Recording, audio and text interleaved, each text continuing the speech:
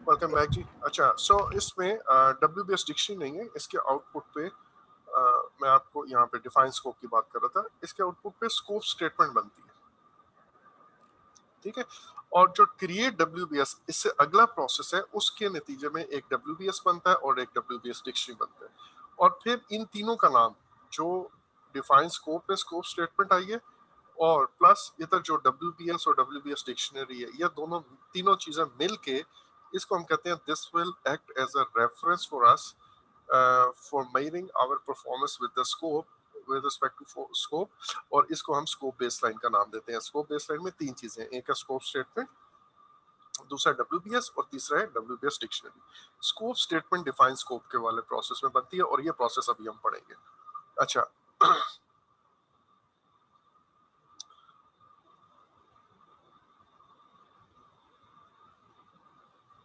Right, sorry.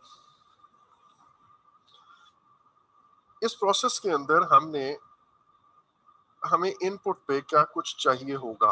पहली बात, मुझे अपना प्रोजेक्ट चार्टर चाहिए, क्योंकि मेरे चार्टर के अंदर मेरा हाई लेवल स्कोप लिखा हुआ है। तो स्कोप स्टेटमेंट बनाने के लिए अब मेरे पास रिक्वायरमेंट्स भी हैं और मैं चार्टर भी अपना सामने रखूंगा, सो दैट अगर मुझे समझ ना आए कि यार ये रिक्वायरमेंट क्यों लिखी हुई है, तो मैं उसे रिलेट कर सकूं चार्टर के अंदर से। दूसरी बात, मैं एक दोबारा काउंटर चेक कर लूं कि यार कोई चीज चार्टर के अंदर ऐसी तो नहीं है जो मिस हुई हुई हो और मेरी रिक्वायरमेंट डॉक्यूमेंटेशन के अंदर ना लिखी हुई हो।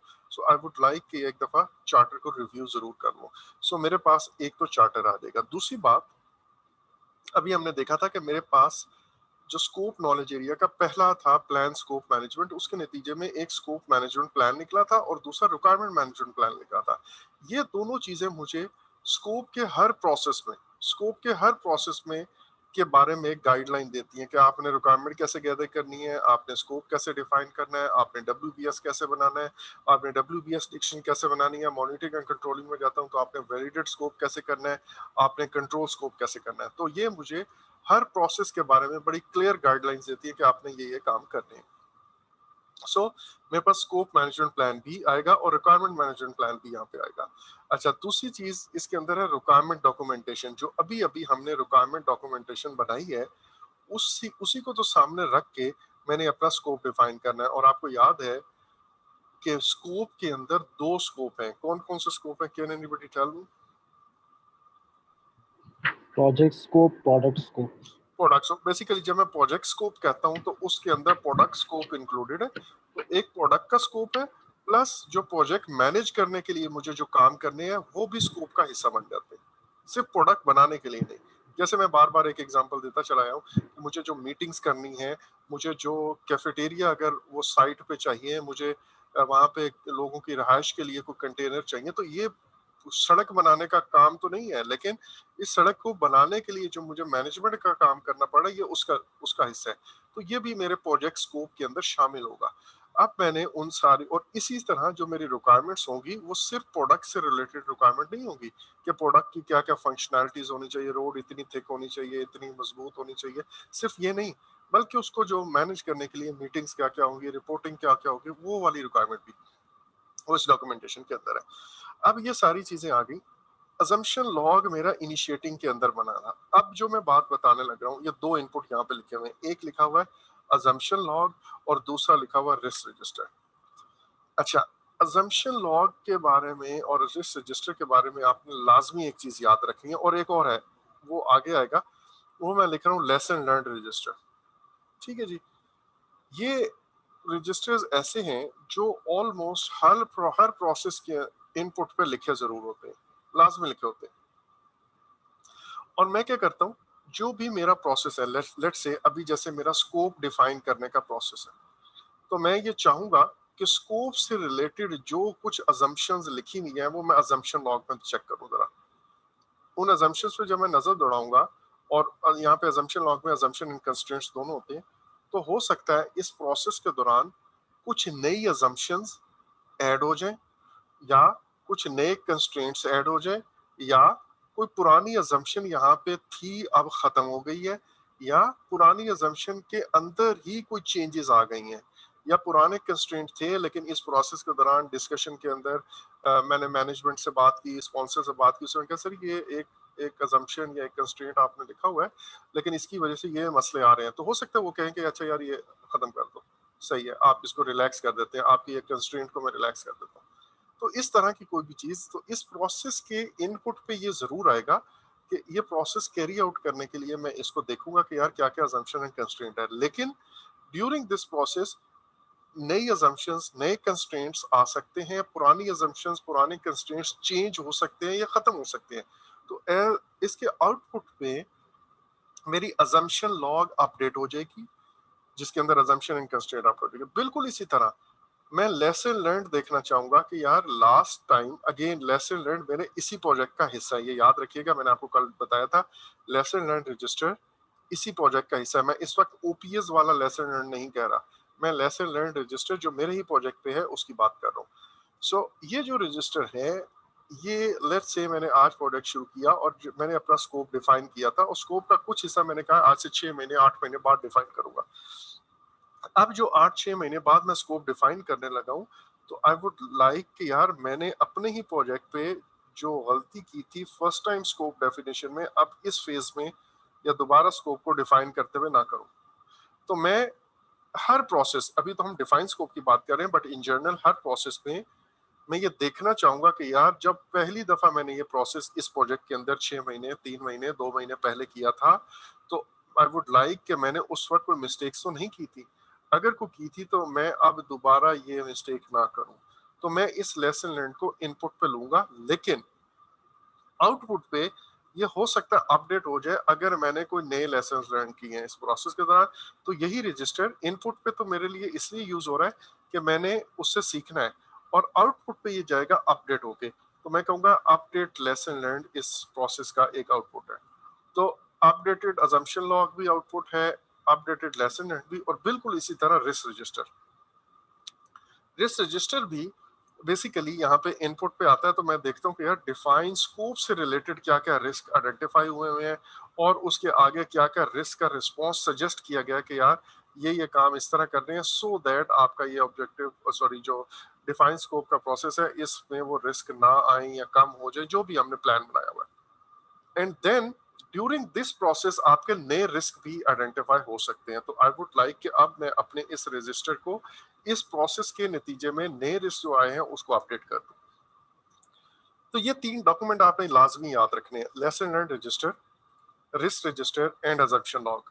ये इनपुट पे आती है, इस प्रोसेस के अंदर हम इनका इनपुट यूज करते हैं। जैसे मैंने कहा इस प्रोसेस में मैं चाहूंगा कि देखूं कि पिछले दफा मैंने जो लेसन लर्न किए हैं वो, मसलन मैं ये आप देखें कि मैंने 4 बिल्डिंग ब्लॉक या 2 बड़े बड़े बिल्डिंग ब्लॉक बनाने हैं जिसके 10-10 स्टोरीज हैं सबकी।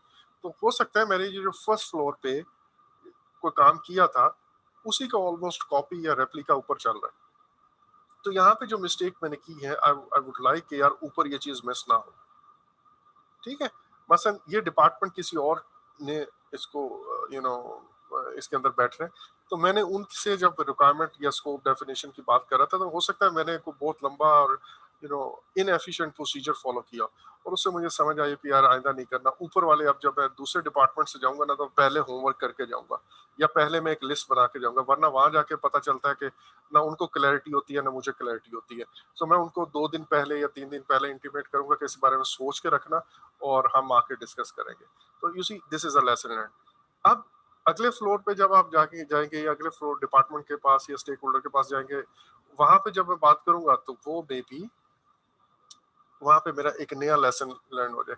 तो इस प्रोसेस पे मैं इसको एज एन इनपुट यूज कर रहा हूँ, और आउटपुट पे मैं उसको अपडेट करके बाहर निकाल देता हूँ।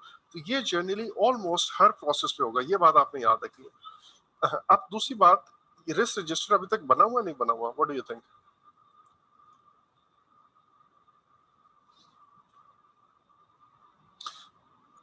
प्रीलिमिनरी रिस्क्स, वो हाई लेवल रिस्क वो थे मेरे पास चार्टर के अंदर, करेक्ट? अच्छा, और दूसरी बात मैंने उस वक्त आपको कहा था कि रीटा के अंदर जैसे ये लिखा हुआ है कि आप उस, जैसे हमने जो मेरा प्रोजेक्ट चार्टर है ना उसके अंदर अजम्पशंस भी लिखी होती हैं, हाई लेवल अजम्पशंस, और हाई लेवल कंस्ट्रेंट्स भी लिखे होते हैं, और हाई लेवल रिस्क भी लिखे होते हैं। बट स्टिल हम अजम्पशन लॉग अलग से भी बनाते हैं, उसमें ये वाली अजम्पशन एंड कंस्ट्रेंट भी डाल देते हैं, प्लस और भी कुछ है तो वो भी लिख देते हैं। इसी तरह इट इज पॉसिबल कि मैं अपना रिस्क रजिस्टर यहाँ पे अलग से एक वो भी बना लूँ। लेकिन अगर नहीं भी बना, तो अभी मैंने आज आपको एक चीज बताई थी, वो क्या बताई थी कि आपने ये माइंड में रखना है कि क्या ये मेरा प्रोसेस फर्स्ट टाइम हो रहा है। अगर तो फर्स्ट टाइम हो रहा है तो जाहिर है अभी तक रिस्क रजिस्टर नहीं बना। रिस्क रजिस्टर कब बनता है? आप देखिए, यहाँ पे हम काम शुरू करते हैं। इस वक्त हम ये है क्रिएट स्कोप स्टेटमेंट की बात कर रहे हैं, डिफाइन स्कोप कर रहे हैं हम यहाँ पे। ये सारे काम होंगे, ये इसके लिए आप वो लेक्चर पूरा पढ़ेंगे, फिर हम अपने रिस्क को आइडेंटिफाई करते हैं इधर जाके, और रिस्क रजिस्टर जनरली यहाँ पे बनता है। ठीक है, अब ये जो रिस्क रजिस्टर बनेगा, और फिर ये काम करते करते आपको पता है बहुत सारी आइटरेशंस होंगी, एंड फाइनली मेरा प्रोजेक्ट मैनेजमेंट प्लान फाइनल हो जाएगा और मैं प्रोजेक्ट एग्जीक्यूटिंग में चला जाऊंगा। अब जब मैं एग्जीक्यूटिंग में जाता हूँ तो 6 महीने बाद, 8 महीने बाद, आफ्टर सम टाइम, मैंने अपने स्कोप के अंदर जैसे कहा था कि कुछ नई रिक्वायरमेंट्स आती हैं। अब जो नई रिक्वायरमेंट आएंगी तो मैं उन रिक्वायरमेंट को ऐड करूंगा अपनी रिक्वायरमेंट डॉक्यूमेंटेशन में, अपने रिक्वायरमेंट ट्रेसेबिलिटी मैट्रिक्स में ऑब्वियसली। फिर मैं देखूंगा कि ये जो रिक्वायरमेंट्स आई हैं खुद करनी है या बाहर से होंगी। बाकी चीजें मेरी फाइनल हो चुकी है, काम भी शुरू हो चुका है, लेकिन ये जो सिर्फ एडिशनल रिक्वायरमेंट आई है, और फिर मैं इनको भी अपने स्कोप स्टेटमेंट में दोबारा से ऐड करूंगा। अब जब मैं ऐड कर रहा हूँ तो उस वक्त तो मेरे प्रोजेक्ट को स्टार्ट हुए 6 महीने हो चुके होंगे। उस वक्त ऑब्वियसली ये रिस्क रजिस्टर बहुत लंबा बन चुका होगा, क्योंकि 6 महीने में पता नहीं रिस्क कितने कितने आइडेंटिफाई आप कर चुके होंगे। ठीक है, सो आपने ये लाजमी माइंड में रखना है कि ये जो इनपुट लिखे हुए होते हैं जितने भी, वो इनपुट फर्स्ट टाइम की बात हो रही है। आप ये सोचें कि यार ये फर्स्ट टाइम अभी तक तो बना ही नहीं है, तो फिर ये क्या मतलब है? तो इसका मतलब यही होगा कि वो बाद में during the course of project है। इसलिए मैं आपको वो एम्फोसाइज करता हूँ कि ये वाले प्लानिंग के और जितने भी प्रोसेसेस हैं, वो वाले लेक्चर आपने बहुत अच्छे से सुनने हैं, 2-3 दफा सुन के नोट्स बनाए और 100% क्लियर हो जाए इस पे। अच्छा जी, और जैसे मैंने अभी ये बात कर दी, आपको मैंने एक्सप्लेन कर दिया कि जो प्लानिंग है वो आइटरेटिव है, और आप वक्त के साथ साथ चीजें आपकी इसके अंदर ऐड होती चली जाती है, और स्कोप डेफिनेशन भी ऑब्वियसली इन्हीं आइटरेशन का नतीजा आती है। मसलन अब मैं आपको एक चीज बताऊं, जैसे ही अभी हमारा प्रोजेक्ट मैनेजमेंट प्लान फाइनल नहीं हुआ और हमने कुछ स्कोप बनाया, उसको हमने WBS बनाया, एक्टिविटीज बनाई और सारा कुछ करके रिस्क आइडेंटिफाई किया, और जैसे मैंने आपको एक एग्जांपल दी, यार एक रिस्क था कि बारिश के अंदर मशीनरी जो है 3 साल में पता नहीं क्या हो जाएगी, मटेरियल जो है हमारा वो खराब हो जाएगा बारिश अगर हो गई तो, इस तरह की चीजें, और चोरी का भी अंदेशा है। तो मैं कहता हूँ कि यार हम यूँ करते हैं कि अपना ये मेरे वो कंटेनर है जहाँ पे लोगों ने सोना है, मेरी टीम ऑन साइट वहाँ पे सोएगी, ये मेरा एक कंटेनर है, और इस कंटेनर को मैं इसके साथ मिला देता हूँ, ये मेरे ऑफिसेज बन जाएंगे डे टाइम में, और यहाँ पे एक हम कैंटीन कैफेटेरिया वो बना लेंगे, यहाँ पे एक शेड लगा देंगे, और इसी पे अपनी मशीनरी काम के बाद पार्क कर लेंगे, इसी के अंदर अपना मटेरियल अनलोड कर देंगे, तो यहाँ पे एक बैरियर जो है वो काफी होगा। सो हम अब देखें कि ये हमारे प्रोजेक्ट के स्कोप के अंदर शामिल हो गया। पहले ये नहीं था इस तरह, लेकिन अब ये शेड वाला इजाफा हुआ है because of this risk response plan. तो अब जैसे ये इजाफा होगा तो ये रिक्वायरमेंट में फिर इजाफा हो जाएगा, उसकी वजह से फिर स्कोप दोबारा चेंज होगा। सो इस तरह मेरा स्कोप बार बार चेंज होता रहेगा जब फर्स्ट टाइम अभी लॉक नहीं हुआ, और फिर जब फाइनल हो जाएगा, वो जो हमने प्रोसीजर पूरा प्लानिंग का पढ़ा वो फाइनल हो जाएगा, तो फिर यहाँ से जो मेरी स्कोप स्टेटमेंट होगी ये बेस लाइन का हिस्सा बन जाएगी। अच्छा, फिर ये दोबारा अगर आइटरेट होता है, जैसे मैंने कहा 6 महीने, 5 महीने, 2 महीने, 8 महीने, 10 महीने बाद प्रोजेक्ट के अंदर, तो फिर ये दोबारा से स्कोप रिफाइन भी हो जाता है। बाज दफा आपको लगता है कि यार जैसे ये सेंटोरस इस्लामाबाद के अंदर एक और भी, आपको याद है कि एक और भी मैप, इनिशियल मैप के अंदर बिल्डिंग थी, वो अब नहीं है वहां पे। ठीक है, सो वो स्कोप कट हो गया बिकॉज ऑफ सम रीजंस। अब इसका मतलब उनकी फिर स्कोप स्टेटमेंट रिवाइज हुई होगी। सो डिफाइन स्कोप का प्रोसेस आइटरेटिव है, ये आपको ऑलरेडी पता है। लेकिन इस सारे प्रोसेस के नतीजे में हमारा मकसद ये है कि हमें बिल्कुल क्लियर हो कि हमारे स्कोप के अंदर क्या क्या चीजें शामिल हैं और क्या क्या चीजें शामिल नहीं हैं। दोनों चीजें, इसको हम कहते हैं inclusions and exclusions. What is and what is not our scope, what is and what is not, that means inclusion and exclusion। इसको ये भी कहते हैं, कुछ कहते हैं कि in scope and out scope. ठीक है जी। अच्छा, इसके लिए मैंने आपको एक स्कोप स्टेटमेंट जो है ना वो शेयर की थी कल DHA फेज 5 की। अगेन दैट वो एक थ्योरेटिकल स्कोप स्टेटमेंट बनी हुई है, नॉट रियल स्टेटमेंट, बट आप उसको देखिएगा, ये जो what is in, what is out, in scope, out scope, ये क्या कहानी है, उससे आपको बड़ा क्लियर हो जाएगा कि यार अच्छा स्कोप जब हम लिखते हैं या स्कोप स्टेटमेंट बनाते हैं, सॉरी, उसके अंदर क्या क्या होता है और क्या क्या चीजें करना शामिल है और उसका एडवांटेज क्या होगा। बट एज अ रिजल्ट हमें जो चीज मिलेगी वो एक एग्रीड अपॉन स्कोप मिलेगा, और उस बेस पे जब मैं कोई स्केजुअल और बजट बनाऊंगा तो ऑब्वियसली वो रियलिस्टिक होगा। अच्छा, अब एक और बात वो ये कि जैसे हमें बार बार हम देखते आ रहे हैं कि यार जब मेरी चेंज ड्रिवन एनवायरनमेंट होती है, प्लान ड्रिवन नहीं चेंज ड्रिवन, जिसमें हम थोड़ी थोड़ी आइटरेशंस के अंदर चीज़ों को प्लान करते हैं, उस केस में भी एक हायर लेवल स्कोप जरूर बनेगा शुरू में प्रोजेक्ट का, जिसको आप प्रोजेक्ट लॉग कहते हो। कुछ क्लैरिटी, कुछ बाउंड्री प्रोजेक्ट की जरूर होगी। ये तो नहीं हो सकता कि कस्टमर ने मुझे कहा था कि मेरी वेबसाइट बना दे और अब वो साथ में ना 15 चीजें और भी अटैच कर देगा, ऐसा नहीं होगा। उस वेबसाइट की कोई ब्रॉडर बाउंड्री जरूर होगी और इस हद तक स्कोप यहाँ पे भी डिफाइन होगा। हाँ, उस स्कोप के अंदर डिटेल्स क्या है वो ऑब्वियसली हम वक्त के साथ साथ हर आइटरेशन में प्लान करेंगे, लेकिन उसकी बाउंड्रीज वो यहाँ पे स्कोप स्टेटमेंट में डिफाइन हो जाएगी, चाहे वो चेंज ड्रिवन या जिसको हम एजाइल या अडेप्टिव मेथड कह रहे थे वो ही क्यों ना हो। डिफाइन स्कोप के अंदर अगर आप देखें तो इनपुट्स क्या क्या है, चार्टर है, सॉरी, प्रोजेक्ट चार्टर है, और प्रोजेक्ट मैनेजमेंट प्लान के अंदर से सिर्फ एक प्लान जिसको हम स्कोप मैनेजमेंट प्लान कह रहे हैं। Scope management plan scope knowledge area का पहला प्रोसेस का आउटपुट है, और ये प्लान, आपको मैं बार बार कह रहा हूँ, ये प्लान मुझे क्या बताता है कि मेरे स्कोप के अंदर जितने भी बाकी प्रोसेसेस हैं वो कैसे करने हैं, and define scope is one of the processes of scope management knowledge area. तो ये स्कोप प्लान, मुझे स्कोप मैनेजमेंट प्लान ये बताएगा कि मुझे अपना स्कोप डिफाइन कैसे करना है, तो इसलिए इसका इनपुट पे होना लाजमी है। बाकी अजम्पशन लॉग, रिक्वायरमेंट डॉक्यूमेंटेशन जो पीछे से आ रही है, risk register, E F and OP, ये स्टैंडर्ड है यहाँ पे, specially assumption log, risk register और ई एफ एंड ओपीएस, और मैंने आपको कहा अजम्पशन लॉग भी, if you want to add you may. अच्छा, अब हम आते हैं टूल्स एंड टेक्निक्स। तो एक्सपर्ट जजमेंट, मुझे अपना स्कोप, ये requirement documentation, requirement traceability matrix, इसको सामने रखते हुए अब मुझे अपना स्कोप डिफाइन करना है, तो उसके लिए ऑब्वियसली एक्सपर्ट जजमेंट मुझे चाहिए। फिर एक काम को करने के लिए, लाइक ये रिक्वायरमेंट्स तो आ गई हैं, मल्टीपल रिक्वायरमेंट्स आ गई हैं, अब मुझे ये रिक्वायरमेंट को फुलफिल करने के 2 या 3 तरीके हैं। अब वो 2 या 3 तरीके हैं, मैंने कौन से वाला, मुझे सूट क्या करता है, ये बेसिकली लिंक्ड है एक बात से, और वो बात क्या है, वो बात है कि मुझे जो मेरा बजट और स्केजुअल है ना, यानी कि जो मेरे कंस्ट्रेंट्स हैं वो क्या कहते हैं। लाइक अभी हमने एक एग्जांपल दी कि एक रिक्वायरमेंट आई कि वहां पे आपको लिविंग के बंक्स बनाने हैं, हमने कहा कंटेनर में बन जाएंगे, ठीक है। फिर वहां पे एक रिक्वायरमेंट आई जी कि आपने कैंटीन बनानी है, हमने कहा ठीक है जी बना देंगे। वहां पे एक मोबाइल ऑफिस टाइप चीज बनानी है, ठीक है जी बना देंगे। वहां पे एक रिक्वायरमेंट आई जो कि रिस्क रिस्पॉन्स प्लान के नतीजे में आई कि आपने एक शेड बनाना है जिसमें गाड़ियां व्हीकल्स पार्क होंगे, हमने कहा ठीक है।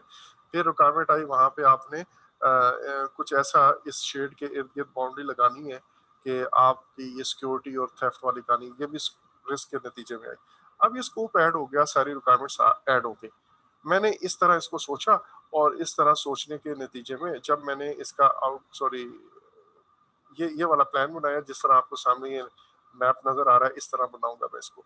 अब जब मैंने ये किया तो आई रियलाइज कि यार इस तरह तो कॉस्ट ज्यादा आ रही है, मुझे अलग से, मतलब इसकी चारों साइड पे अलग से एक प्रोटेक्शन देनी पड़ रही है।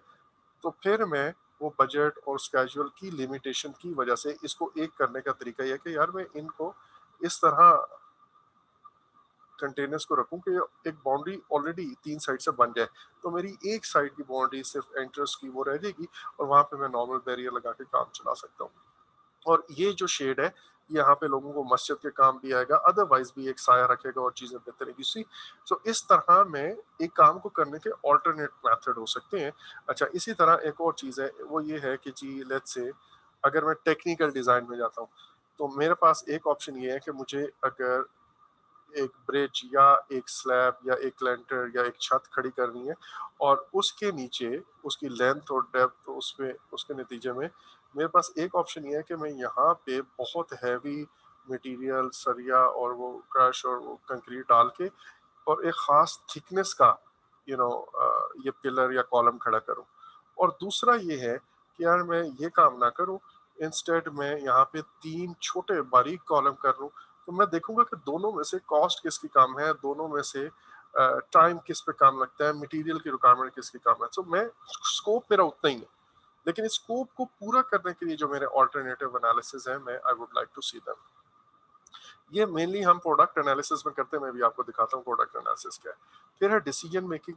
अगेन ये अभी हम देख के आए हैं, मल्टी क्राइटेरिया और इंटरपर्सनल एंड टीम स्किल्स। आपको जब भी किसी चीज पे एग्रीमेंट करवाना है तो जनरली फैसिलिटेशन आपको चाहिए होगी। इसके आउटपुट पे जो मेरे पास आएगा, एक तो आएगा प्रोजेक्ट स्कोप स्टेटमेंट, ये तो मेरा बेसिक आउटपुट है। और बाकी अगेन जैसे अजम्पशन लॉग अपडेट हो रहा है, रिक्वायरमेंट डॉक्यूमेंटेशन अपडेट हो रही है, रिक्वायरमेंट ट्रेसेबिलिटी अपडेट हो रहा है, स्टेक होल्डर को नए आइडेंटिफाई हो जाते हैं स्कोप डिफाइन करते हुए, तो वो अपडेट हो जाएंगे। ओके जी, अब हम पढ़ते हैं प्रोडक्ट एनालिसिस। इसके अंदर जो ये लास्ट वाला था ना, प्रोडक्ट एनालिसिस, एक्सपर्ट जजमेंट का मैंने फर्स्ट टाइम आपको बता दिया था एक्सपर्ट जजमेंट क्या होती है।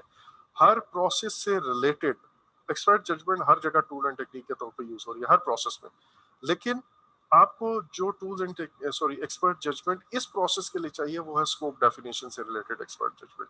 ये आपने देख लेना कि किस प्रोसेस की बात हो रही है। अच्छा, अब हम आते हैं प्रोडक्ट एनालिसिस की तरफ।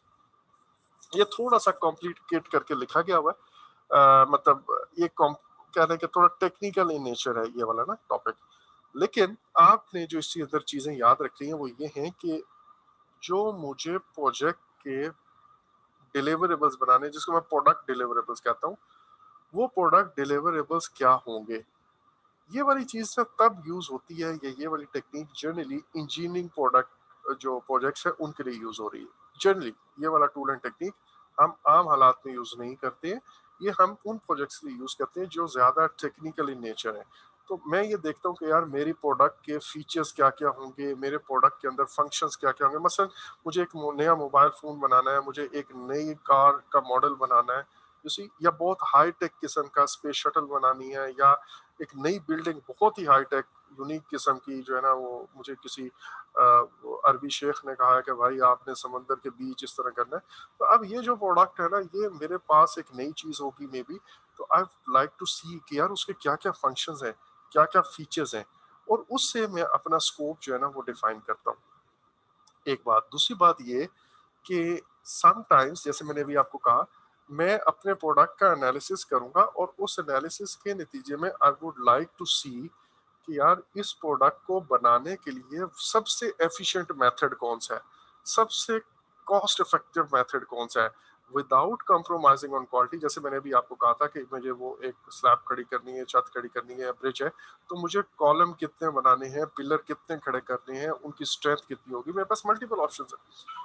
तो ये जो मैंने ऑप्शंस को डिस्कस करना है, ये मैं बेसिकली इसके तहत करूंगा। Sorry sorry.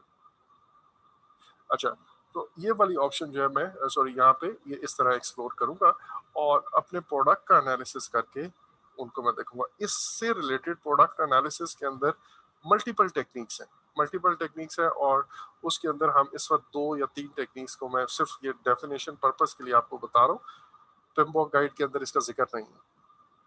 अच्छा, एक को हम कहते हैं सिस्टम इंजीनियरिंग, मतलब पिम्बॉक गाइड में सिर्फ नाम लिखा हुआ है। एक को हम कहते हैं सिस्टम इंजीनियरिंग। सिस्टम इंजीनियरिंग ये है कि आप किस तरह अपना डिजाइन करेंगे जो कॉम्प्लेक्स सिस्टम है उनको बनाने के लिए, और उस डिजाइन के अंदर ना सिर्फ उसकी डेवलपमेंट शामिल है, बल्कि बाद की चीजें भी शामिल है कि जब ये प्रोडक्ट बन जाएगी तो उसके बाद यू नो वो कितना कॉस्ट इफेक्टिव होगा, उसकी मेंटेनेंस की कॉस्ट क्या होगी, जो थ्रू आउट उसका लाइफ साइकिल है उस प्रोडक्ट का, हम उसको देखते हुए डिजाइन करेंगे।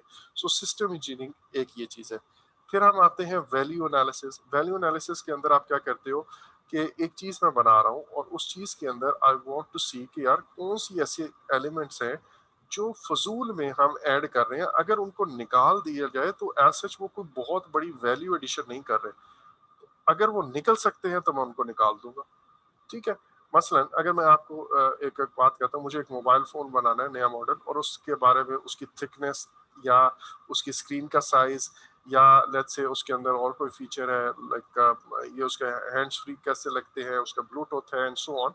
अब इसमें आई वुड लाइक टू सी कि यार अगर मैं इसकी थिकनेस जो है वो 2 मिलीमीटर कम करने की कोशिश करता हूँ, या 1 मिलीमीटर थिकनेस कम करने की कोशिश करता हूँ, तो इस पे मेरी कॉस्ट आती है, एडिशनल कॉस्ट आती है, लेट्स से अगर वो उस मोबाइल फोन की जर्नल कीमत आफ्टर वो सेल वगैरह के लिए जो प्राइस में फिट करता हूँ वो 40,000 बननी है, तो सिर्फ एक इस फीचर की वजह से उसकी प्राइस 60,000 जा रही है, क्योंकि एक ये फीचर या इसकी थिकनेस कम करने के लिए मुझे हर चीज डिजाइन के अंदर ऐसी करनी पड़ रही है। तो क्या लोग 1 मीटर की कमी, 1 मिलीमीटर कम करने की वजह से 20,000 मुझे एक्स्ट्रा पे करेंगे? क्या वो इसकी इतनी वैल्यू एडिशन होगी ये काम करने से? अगर नहीं होगी तो मैं इसको अपने स्कोप से निकाल दूंगा, ठीक है, या उसको रिफाइन कर लूंगा। तो ये वो चीज है जो हम अपनी चीजों को देखते हैं, अपने प्रोडक्ट जो मुझे बनानी होती है उसका हम एनालिसिस करते हैं।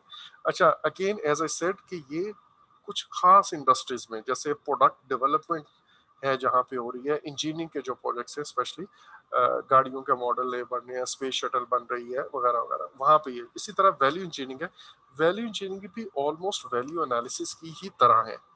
इसमें हम अपने तमाम उनको एनालाइज करते हैं कंपोनेंट्स को, लेकिन ये बिल्कुल राइट फ्रॉम द बिगिनिंग जो डिजाइन स्टेज है वहां से लेकर एंड फाइनल डिलीवरी स्टेज तक है, जबकि वैल्यू एनालिसिस का फोकस जो है वो जब प्रोजेक्ट एग्जीक्यूट हो रहा है उस वक्त है। आई नो ये सारी बातें एक तो 100% क्लैरिटी आपको उस वक्त तक नहीं आ सकती जब तक आपका इस फील्ड का बैकग्राउंड ना हो और आप ये चीजें खुद ना कर रहे हो, बट एज ए सेड कि पीएमपी एग्जाम किसी एक इंडस्ट्री का नहीं है। You must be familiar with these terms, that's it. कि अच्छा यार, मुझे जब अपना स्कोप डिफाइन करना होता है और मेरे प्रोजेक्ट की नेचर टेक्निकल है, वहां पे जाहिर है कुछ डिजाइन फीचर्स, कुछ प्रोडक्ट के फीचर्स, उनका मुझे एनालिसिस तो करना होगा, तो मैं अपने प्रोडक्ट का एनालिसिस करूंगा और उसके अंदर एनालिसिस के अंदर मैं वो तमाम उसके वैल्यू एडिशन के फैक्टर्स को भी देखूंगा, मैं उसके डिजाइन इंजीनियरिंग डिजाइन के फैक्टर्स को भी देखूंगा, ठीक है, उसकी वैल्यू इंजीनियरिंग भी करूंगा। बस ये इतना आपके लिए काफी है। एग्जाम के अंदर ये किसी मल्टीपल ऑप्शंस में कहीं शायद हो, या वो लिखा हो कि जी you are defining your scope and during that process you are conducting the product analysis, इस तरह की बात लिखी हो, बस इतना ही, इससे ज्यादा नहीं, ठीक है।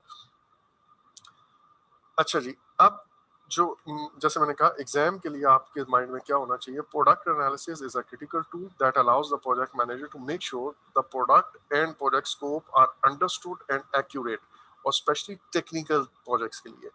और एग्जाम के लिए आपको ये देखना होगा कि मुझे जो डिलीवरेबल्स बनाने हैं प्रोजेक्ट के अंदर वो उनका डिजाइन क्या होगा। हो सकता है ये रिक्वायरमेंट आपको कस्टमर दे दे, लेकिन एग्जाम के अंदर आपने देखना है कि कस्टमर, मतलब अस्यूम ये करना है कि कस्टमर ये नहीं दे रहा, बल्कि आपको डिफाइन स्कोप प्रोसेस के अंदर ये सारा काम करना पड़ रहा खुद।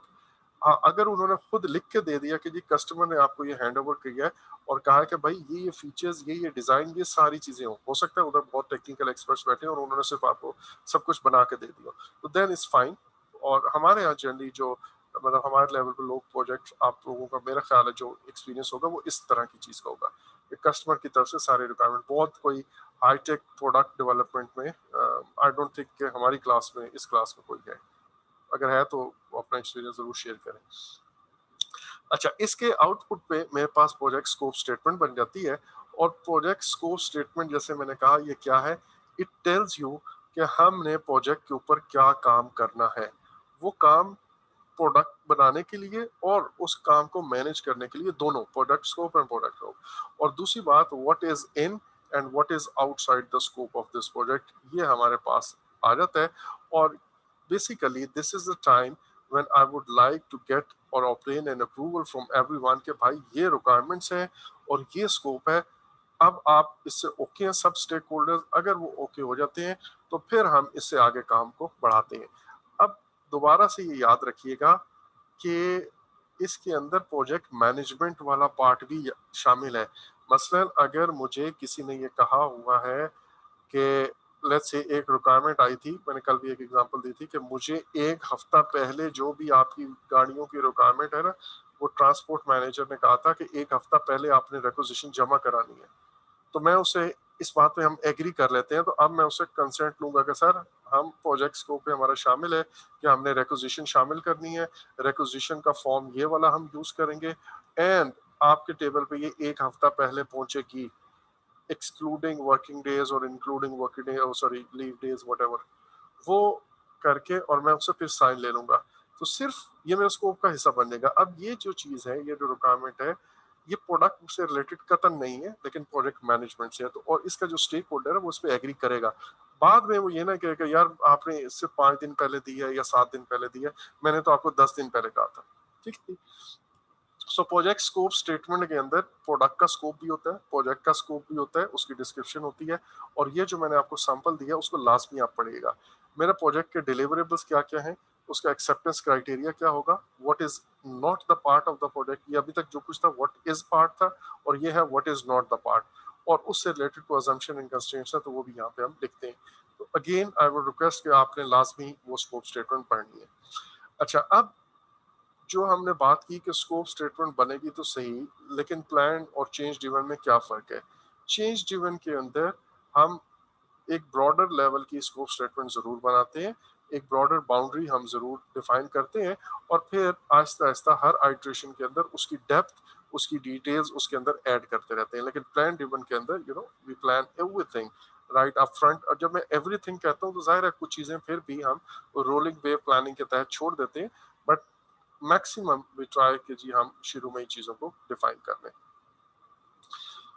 अच्छा, अब आपने कंटिन्यूसली ये भी, जैसे हमने कल के लेक्चर में बड़ा डिटेल में देखा, कि चाहे आप रिक्वायरमेंट्स ऐड कर रहे हो या कलेक्ट कर रहे हो या आप स्कोप डिफाइन कर रहे हो, बहुत सारे स्टेक होल्डर प्रोजेक्ट पे ऐसे होंगे जो जबरदस्ती means they will pressurise you कि आप ये चीज भी प्रोजेक्ट के अंदर शामिल कर लें, ये भी शामिल कर लें, ये मेरी रिक्वायरमेंट है, ये मेरी रिक्वायरमेंट है, but as an as a professional project manager आपने क्या करना है कि ये लाजमी एनालाइज करना है कि यार ये किसी की ख्वाहिश पे आपने नहीं चलना। इनफैक्ट आप ये देखेंगे कि कोई चीज आपके चार्टर के अंदर है या नहीं है। अगर वो चार्टर के अंदर है तो तभी स्कोप के अंदर शामिल होगी, चार्टर के अंदर होना लाजमी है। उसके अलावा उसका हमारा जो बिजनेस केस है उसको सपोर्ट करना लाजमी है। अगर ऐसी कोई चीज नहीं है तो डोंट इंक्लूड दिस थिंग। एक बात। दूसरी बात, आपने स्कोप, जैसे हमने कहा था रिक्वायरमेंट के अंदर हम क्लैरिटी जरूर लेंगे, और ताकि कोई हमारा स्कोप जो है ना वो मिसअंडरस्टूड ना रह जाए। अच्छा, देन हम आगे आगे देखेंगे अगला जो प्रोसेस है जो हम कल पढ़ेंगे, क्रिएट डब्ल्यूबीएस का। तो उस डब्ल्यूबीएस के अंदर हम देन फर्दर जो चीज है अपने स्कोप को वो ब्रेक डाउन करेंगे, और हम ये कहेंगे कि यार anything which is not part of scope statement, which is not part of WBS and WBS dictionary, that is not part of my project। और उसके बाद हम ये जो चार्टर पे बार बार चार्टर को इनपुट पे ले रहे हैं, फिर चार्टर जो है वो हम स्कोप से रिलेटेड चार्टर को कभी भी एज अ रेफरेंस इनपुट पे नहीं लेंगे। उसके बाद ये स्कोप स्टेटमेंट एंड वो जो WBS है और WBS डिक्शनरी है वो मेरा रेफरेंस पॉइंट बन जाएगा, और उसी को लेके मैं अपने प्रोजेक्ट को आगे लेके चलूंगा। फिर मुझे चार्टर एज सच देखने की जरूरत नहीं पड़ेगी विद रिस्पेक्ट टू स्कोप। अच्छा, देन ये सिर्फ इस स्टेज पे नहीं बल्कि during the course of project भी आपने स्कोप को बार बार रिफाइन करना होता है, और स्कोप को रिफाइन जब आप करते हो तो जाहिर है वहाँ पे लोग कोशिश जरूर करते हैं कि कुछ एडिशन जो है वो करवा लें। अच्छा, बिफोर आई कंक्लूड और before I start this actually next process, मैं आपको कुछ चीज़ें यहाँ पे दिखाना चाह रहा हूँ, और मेरे पास अभी हैं 3-4 मिनट, तो बस जल्दी से हम इसको देख लेते हैं। ये उन लोगों के लिए, आप सारों को मेरे ख्याल में प्रोजेक्ट मैनेजमेंट के बैकग्राउंड वाले इस वक्त क्लास में रह गए हैं, सो जो बाकी हैं उनके लिए ये चीज़ मैं रिकॉर्ड करवा रहा हूँ।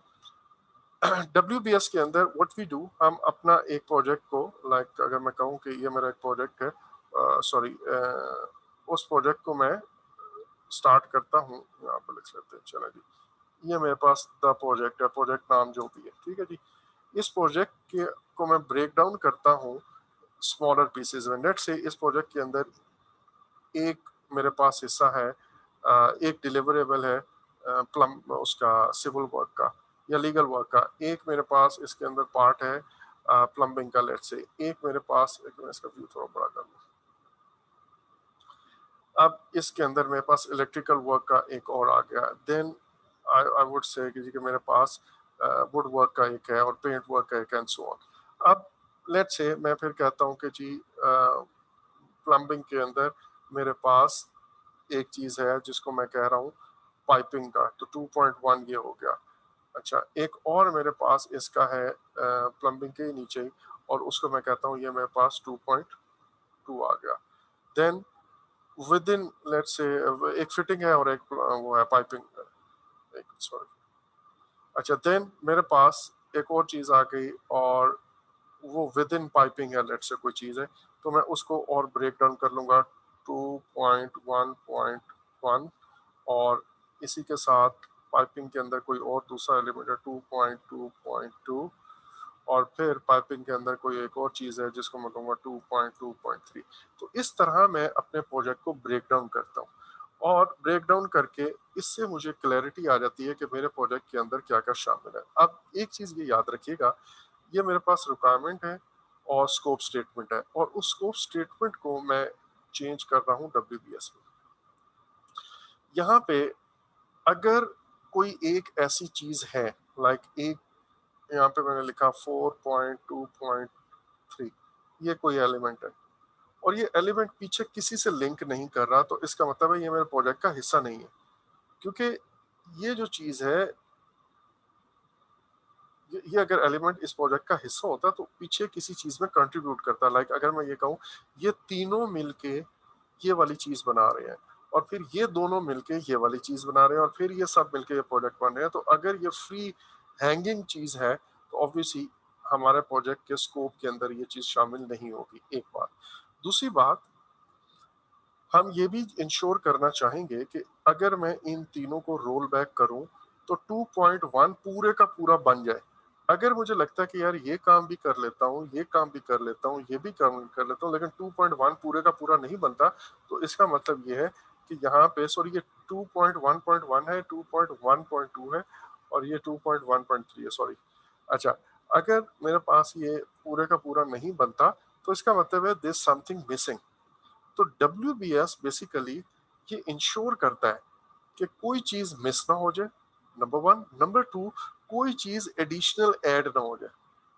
ठीक है, तो WBS की खूबसूरती ये है, एक एक बड़ा एडवांटेज, और भी बहुत सारे एडवांटेजेस हैं, हम ये पढ़ेंगे कल, लेकिन WBS की एक एडवांटेज ये है कि मैं कोई चीज मेरी प्रोजेक्ट के अंदर मिस नहीं होती। नंबर 2, कोई चीज एडिशनल नहीं आने पाती। वाई? बिकॉज हम ये देखते हैं कि यार पीछे चीज मिलकर कोई चीज बन रही है नहीं बन रही। एक टर्म हम यूज करते हैं 100% रूल। 100% रूल का मतलब यही है कि ये सारी की सारी चीजें जब मैं ऊपर रोल अप करूं तो वो इसके अंदर या इसको बनाने के लिए काफी हो। उसके बाद जब ये दोनों चीजें मैं ऊपर रोल अप करूं तो वो इसके लिए काफी हो। इस तरह मैं सारे का सारे जो लोअर एलिमेंट्स हैं उनको जब रोल अप करता हूं तो वो पूरे का पूरा प्रोजेक्ट बनने में मददगार साबित होने चाहिए। Nothing extra, nothing less. So with this I conclude today's lesson, और कल इंशाल्लाह हम इसको इसी पॉइंट से डिफाइन स्कोप से आगे लेके चलेंगे। आप लोग सारे प्रोजेक्ट मैनेजमेंट वाले हैं? नहीं, उमर मेरे ख्याल में इस बैकग्राउंड से नहीं है, मतलब पहले से एजुकेशनल बैकग्राउंड आपका सेट नहीं हो ये वाला, but please try to watch my visual lessons. और आप लोग मुझे बता दें किसी जिस दिन आप लोग कहेंगे ना कि सर आज हमने वो चारों देख ली जो आप बार बार कहते हैं, उस दिन मैं मिठाई बांटूंगा। ठीक है, मैं आपको कहना छोड़ दूंगा। जब तक आप लोग मुझे नहीं ओके करेंगे मैं आपको बार बार कहता रहूंगा। So stay blessed. अगर कोई क्यूरी है तो आप ग्रुप में फेंक दीजिएगा, मैं इंशाल्लाह आपको आंसर कर दूंगा। ओके जी, ओके, थैंक यू। अल्लाह हाफिज। अल्लाह हाफिज। अल्लाह हाफ़िज़।